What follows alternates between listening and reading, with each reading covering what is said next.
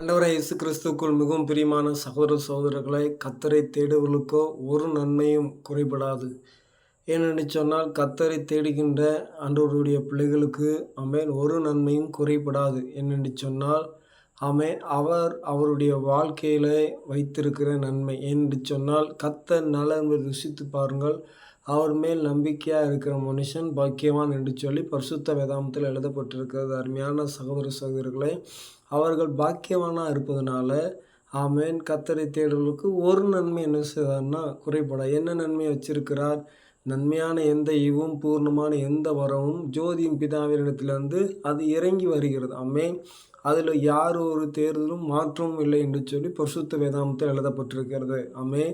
அதனாலே அந்த நன்மையான ஈவு பூர்ணமான எந்த வரும் அந்த பரலோகத்திலிருந்து என்ன செய்யுதுன்னா அவருடைய பிள்ளைகளுக்கு வைத்திருக்கிறதுனால அவர் வைத்திருக்கிற ஒரு நன்மை என்ன செய்தார்னா அவர்களுக்கு குறைபடாதபடி பார்த்துக்கொள்வார், வழிநடத்துவார். ஆமென்.